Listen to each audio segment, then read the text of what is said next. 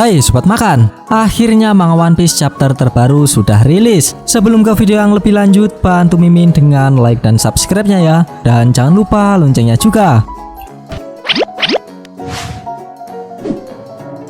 Sebelumnya perlu Mimin ingatkan, ini spoiler ya. Bagi yang hanya menikmati animenya saja dan gak mau kena spoiler, bisa tutup video ini sekarang. Lihat dikit-dikit juga boleh.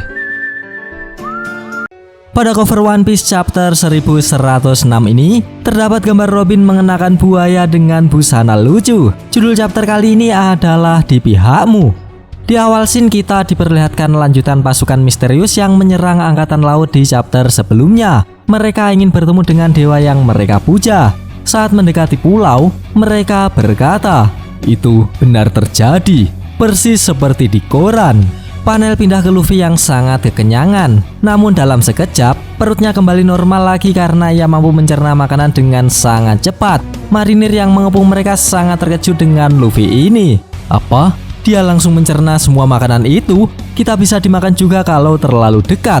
Jadi, dia ternyata bukan manusia. Di saat keterkejutan mereka belum selesai, mereka langsung disuguhi ledakan api yang mengarah ke mereka.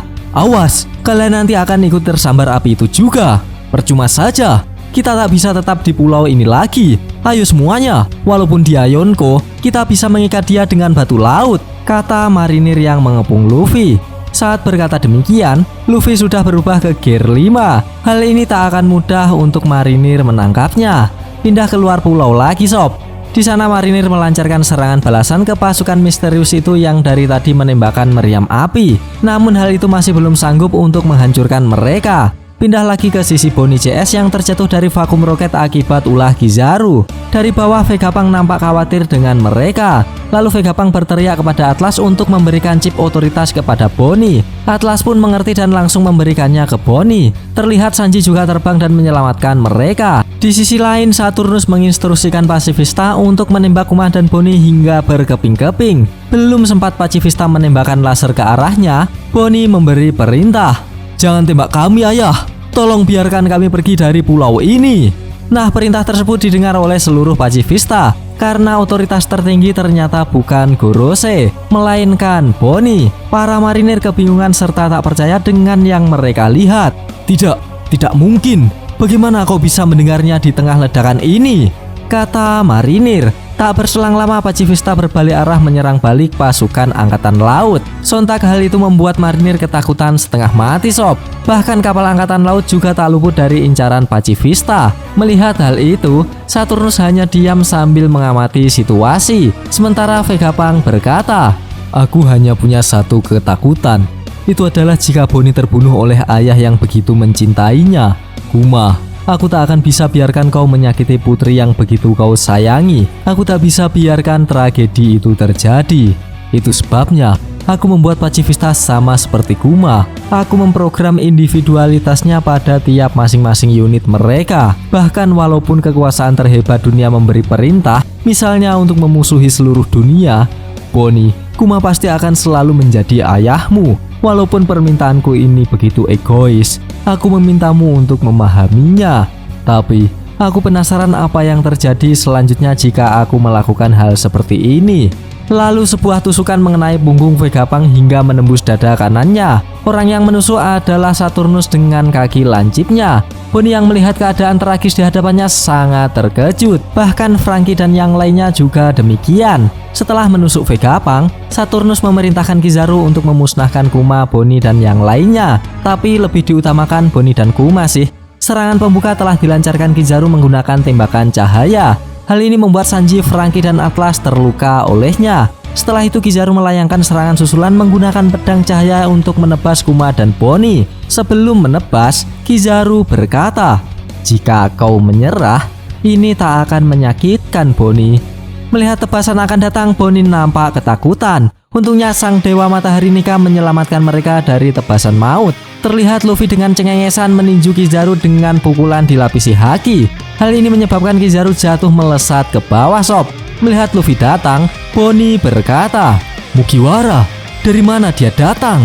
Balik lagi ke Luffy. Setelah memukul Kizaru, tak lupa ia cengengesan seperti biasa. "Perutku sudah kenyang, kekuatanku sudah pulih sekarang. ini semakin menyenangkan, kata Luffy sambil mengubah daratan di sekitarnya menjadi karet, sehingga Bonnie dan yang lainnya bisa jatuh dengan aman.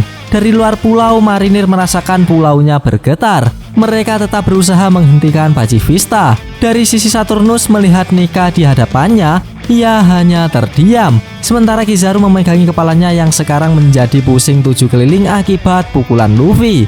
Sekarang Bonnie menghampiri Vegapunk untuk memberi pertolongan. Namun Vegapunk menyuruhnya cepat lari karena bisa mati jika hanya di sini. Di sisi lain, robot kuno mulai aktif kembali setelah Luffy memasuki mode Nika yang kedua ini. Lalu Bonnie menyadari sesuatu. Irama ini. Kemudian ia teringat saat bersama Kuma membahas Nika. Di sana Kuma sangat mengaguminya karena Nika akan muncul tertawa dan menari pada irama ini.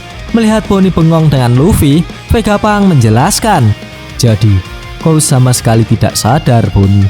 Tapi akhirnya aku bisa melihatnya dengan mata kepalaku sendiri. Itulah Monkey D. Luffy yang diincar Kuma selama ini. Dialah sang dewa matahari Nika." Seketika Bonnie takjub hingga mengeluarkan air mata. Lalu Vegapunk berkata lagi, "Kuma benar, Buster Call tak akan berpengaruh apapun. Orang-orang di seluruh dunia sudah berharap akan kembalinya dia selama ratusan tahun." Panel pindah keluar pulau lagi, sob. Kali ini kita diperlihatkan kapal raksasa yang menuju pulau Egghead dari pasukan misterius tadi. Melihat siapa yang berada di sana, marinir melaporkan. Ini adalah laporan dari pantai utara pulau. Sebuah kapal besar mendekat. Ini keadaan darurat. Para bajak laut raksasa telah muncul. Setelah itu para marinir yang melihat sangat panik. Tak salah lagi. Tapi harusnya mereka sudah bubar lebih dari 100 tahun. Apa mereka akan berhenti? Kenapa harus mereka? Tidak, mereka terus maju. Mereka menuju ke arah kita. Tembak! Sial! Kenapa para raksasa ada di sini? Mendengar perkataan mereka, raksasa itu berkata, "Beraninya mereka tanya kenapa kita di sini, Dory."